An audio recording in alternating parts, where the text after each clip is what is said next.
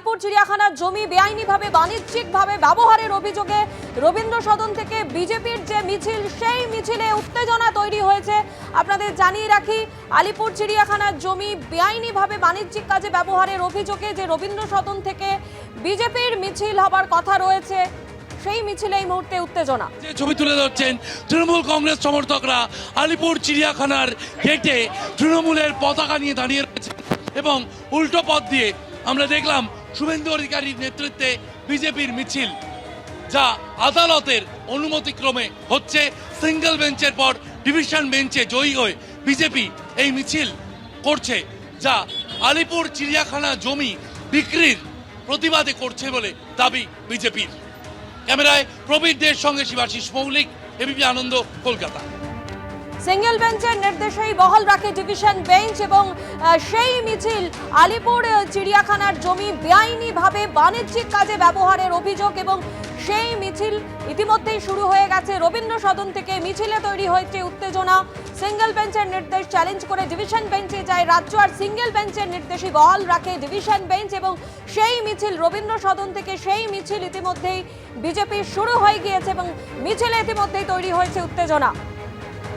সরাসরি আমাদের প্রতিনিধি শিবাশিস মৌলিক আমাদের সঙ্গে রয়েছেন। শিবাশিস, ঠিক কি পরিস্থিতি এই মুহূর্তে? দেখো, যে ছবির শুরুতেই বলে রাখি যে বিজেপির মিছিল ঠিক এই পথ দিয়ে আলিপুর চিড়িয়াখানার সামনে দিয়ে কিন্তু বিজেপির প্রতিবাদ মিছিল গেল, যার নেতৃত্বে ছিলেন শুভেন্দু অধিকারী। শুভেন্দু অধিকারী ন্যাশনাল লাইব্রেরি পর্যন্ত যাওয়ার কথা, তিনি ন্যাশনাল লাইব্রেরি পর্যন্ত পৌঁছে গিয়েছেন। বিজেপির পতাকা দেখা যাচ্ছে ন্যাশনাল লাইব্রেরির সামনে, শুভেন্দু অধিকারীর মিছিল। অন্যদিকে আলিপুর চিড়িয়াখানার যে ছবি দেখা যাচ্ছে, আলিপুর চিড়িয়াখানা, সেখানে তৃণমূল কংগ্রেস কর্মীরা তারা একেবারে তৃণমূল কংগ্রেসের পতাকা হাতে দাঁড়িয়ে রয়েছেন। শুভেন্দু অধিকারী কোনোভাবে যেন আলিপুর চিড়িয়াখানায় না ঢুকতে পারেন, সে ব্যাপারে কিন্তু সেখান থেকে স্লোগান শাউটিং শোনা যাচ্ছিল। ফেন্সিং করে দেওয়া হয়েছে, কলকাতা পুলিশের আধিকারিকরা তারা উপস্থিত রয়েছেন। এখনও যে ছবি দেখা যাচ্ছে সেখানে কিন্তু আলিপুর চিড়িয়াখানার সামনে তৃণমূল কংগ্রেসের পতাকা নিয়ে তৃণমূল কংগ্রেস সমর্থকরা তারা দাঁড়িয়ে রয়েছেন। অন্যদিকে যে পথ দিয়ে বিজেপির যে মিছিল গেল, প্রবীরকে বলবো একটু সামনে ছবি তুলে ধরতে, ন্যাশনাল লাইব্রেরি, এই পথ ধরেই কিন্তু মিছিল নিয়ে এগিয়ে গেলেন শুভেন্দু অধিকারী। ন্যাশনাল লাইব্রেরির সামনে তিনি দাঁড়িয়ে রয়েছেন এবং সেখানে যদিও কোনো রকম কোনো সমস্যা তৈরি হয়নি, কারণ কলকাতা পুলিশ মাঝে তারা উপস্থিত ছিলেন, কিন্তু বিজেপির যে মিছিল সেই মিছিল ন্যাশনাল লাইব্রেরি পর্যন্ত পৌঁছে গিয়েছে, যা সিঙ্গেল বেঞ্চ এবং আজ ডিভিশন বেঞ্চের অনুমতিক্রমে শুভেন্দু অধিকারী করেন। ঘড়ি বলছে এখন 2:45 এবং 3টে পর্যন্ত অনুমতি রয়েছে শুভেন্দু অধিকারী। সেই ছবি কিন্তু প্রবীর দে।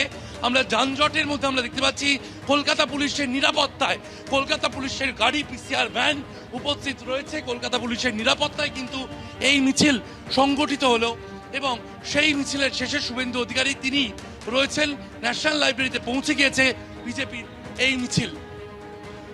কিন্তু তৃণমূল কংগ্রেসের পক্ষ থেকে আলিপুর চিড়িয়াখানার সামনে কেন তাদের বাধা দেওয়া হলো, এই প্রশ্ন কিন্তু বিজেপির তরফে তোলা হচ্ছে।